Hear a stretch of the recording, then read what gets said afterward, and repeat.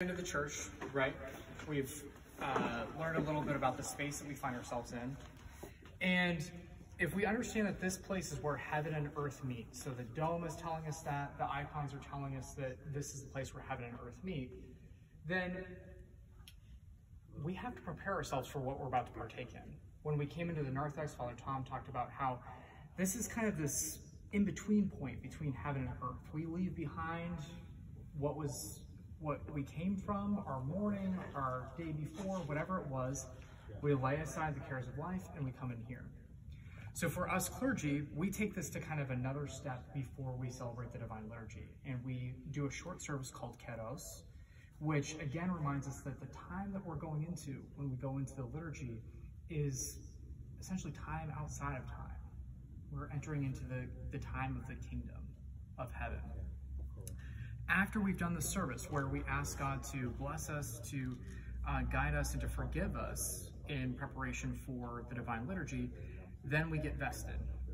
And so when you guys are getting ready to come to church on Sunday morning, what kind of clothes do you put on? Dressy clothes. Dressy clothes, right. Your Sunday best, right? So this is our equivalent of our Sunday best. And I wondered about this for a long time, right? Because priests, clergy, monks, they're all supposed to be called to humility. Do these garments look very humble to you? No. These are pretty flashy, right? So the question is, okay, if we are as clergy and as Christians called to humility, why do we wear this? Any thoughts? Why would we wear something this flashy if this is what we're called to?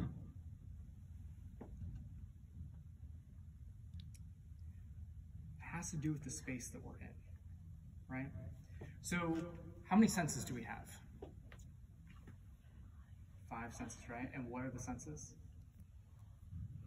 Touch, smell, sight, hearing, and taste. And taste, right?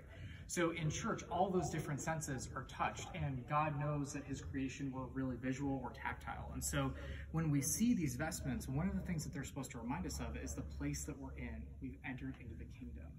We're serving with all of the saints and the angels, right? So on Mount Athos, I saw this too. A lot of the monks that were running around, their cassocks were all torn up, but then we would go to church and everybody was dressed perfectly. So each one of these pieces, there's a prayer that corresponds with it. And it's also a little bit like looking backward in time. Every time you look at anyone in the church who's wearing something, because each one of these pieces was added kind of like a snowball rolling downhill. So the bottom piece, or the base piece, I guess you could say, is called the Sticharion. And since I don't have a mannequin here, I'm just gonna best for you guys. So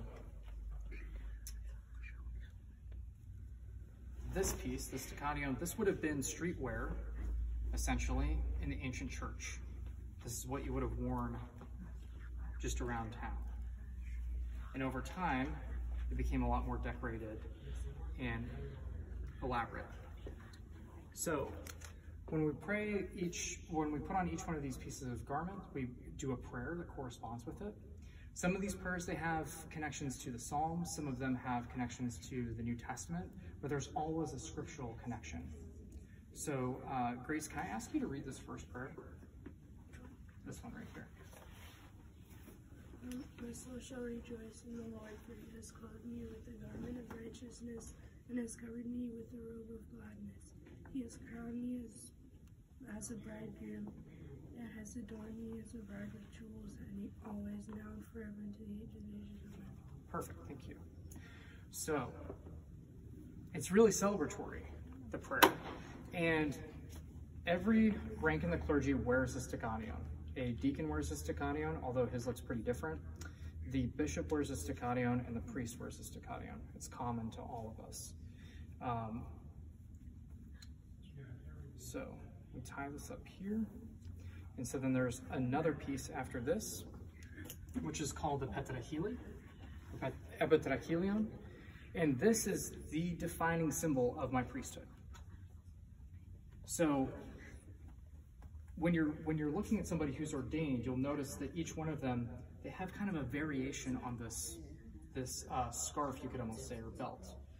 And this also harkens back to the ancient world, where depending on the kind of scarf that you might wear, it would indicate your rank in society.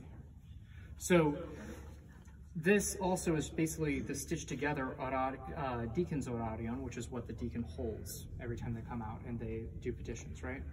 So, and I don't know your name. Juliana. Juliana, can I ask you to read the next prayer? Yeah.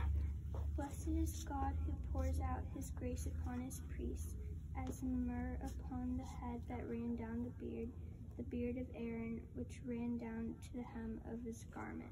Perfect. Thank you, Juliana. So this prayer recalls Aaron in the Old Testament, who was a priest, and it shows that there's a kind of connection between the priesthood in the Old Testament and in the New Testament, that one grew out of the other and developed out of the other. So the next piece is this belt, which in Greek is also called the zoni. And Demi, can I have you read the prayer for that? It's right down here. Yeah. Blessed is God who girds me with strength and makes my way blameless always, now and forever, and to the ages of ages. Amen. Perfect.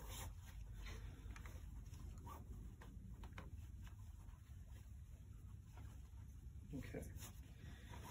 So then there are two other pieces that are a little bit practical because they just keep me from knocking things over, and I'm already clumsy to begin with, so that's really handy for me.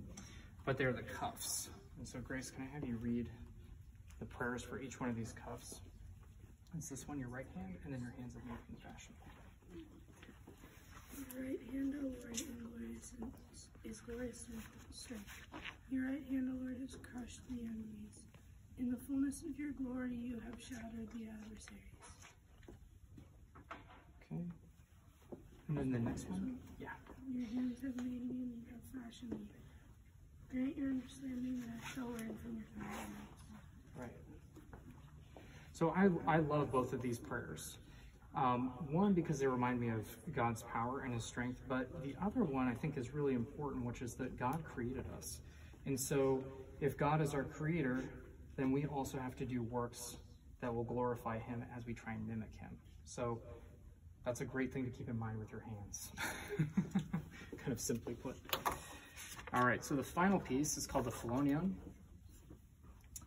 And this unclasped here.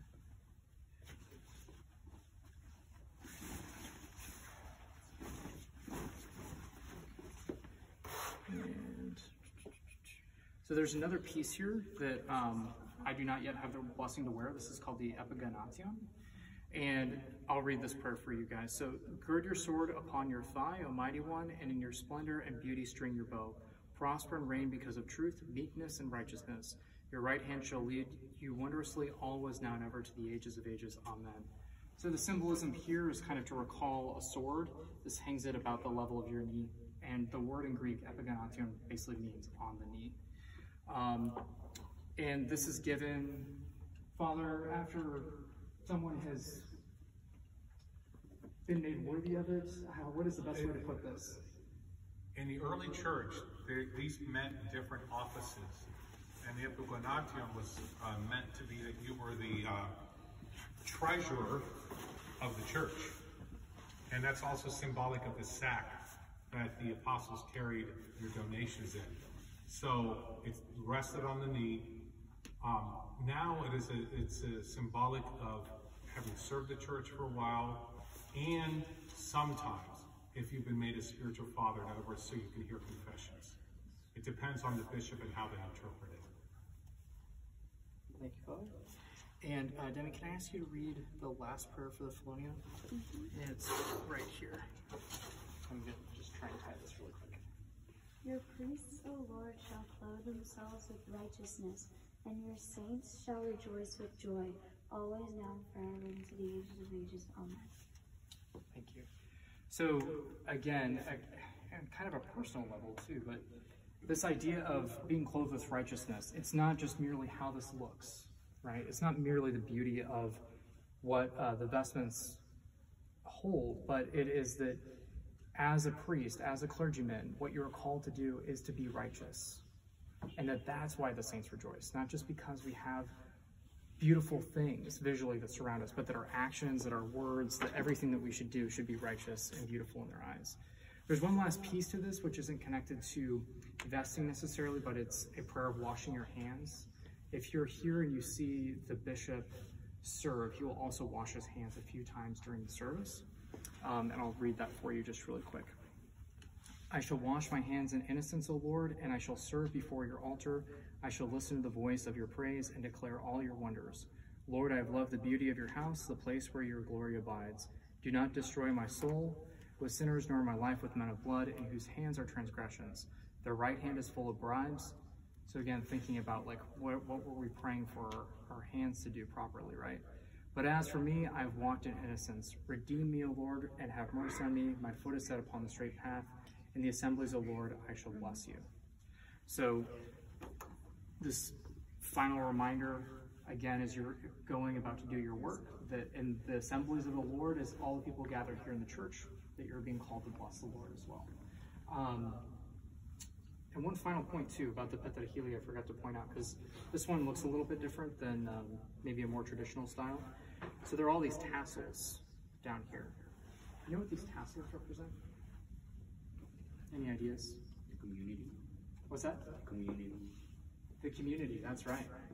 So all of these tassels represent all of the people, living and dead, that as a priest I'm responsible to pray for and look after. That's each and every one of you. It's all the people in our community. And if you remember, this is around my neck, right? This is what I have to carry. This is my yoke. This is my responsibility. And so as a priest, it's a constant reminder of everyone that we have to look after and pray for, which might be a good transition into the post-community. Right. And we're